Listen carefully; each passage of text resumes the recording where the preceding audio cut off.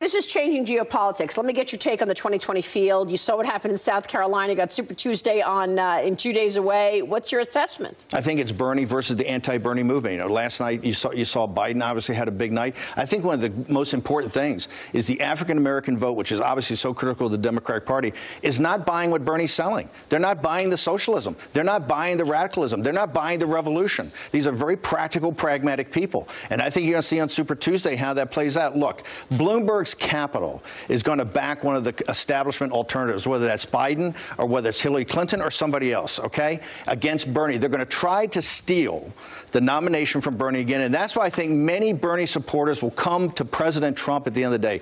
There's nobody on that stage. There's nobody in the ballot in South Carolina. There's nobody in the ballot on Super Tuesday that is going to defeat Donald Trump. You still think Hillary Clinton might make an appearance in this election? I think that the Democratic Party is going to look for any alternative to Bernie. If Biden can't do it with Bloomberg's capital, obviously Bloomberg doesn't have the charisma or the presence, I think, to be commander-in-chief. And President right now, if they can't get Biden to do it, they will look otherwise. And you know, Hillary's already out there pushing herself. And what about Michelle Obama, who you've mentioned before as well? I think if they go to the convention and they're desperate and Bernie is way behind, 7, 8 points behind Donald Trump, the Obamas and the Clintons will look for any alternative to try to defeat President Trump. Remember, their #1 objective is defeat President Trump. That's why they've had so many snarky, you know, they accused suppression of information. Dr. Fauci stood up there on national TV and said, I haven't been suppressed.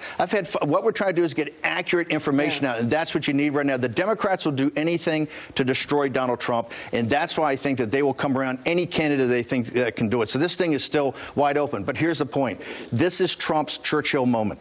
He's got to bring the country together, which he's doing. He's got to confront not just the virus, but the economic contagion that's coming out of China that Rubio talked about. He does that. You don't need to worry about 2020. All right, we will leave it there. Steve Bannon, so great to have you. Thanks so much. Thanks, Maria. We will see you soon. GOP Congressman Devin Nunes is vowing to sue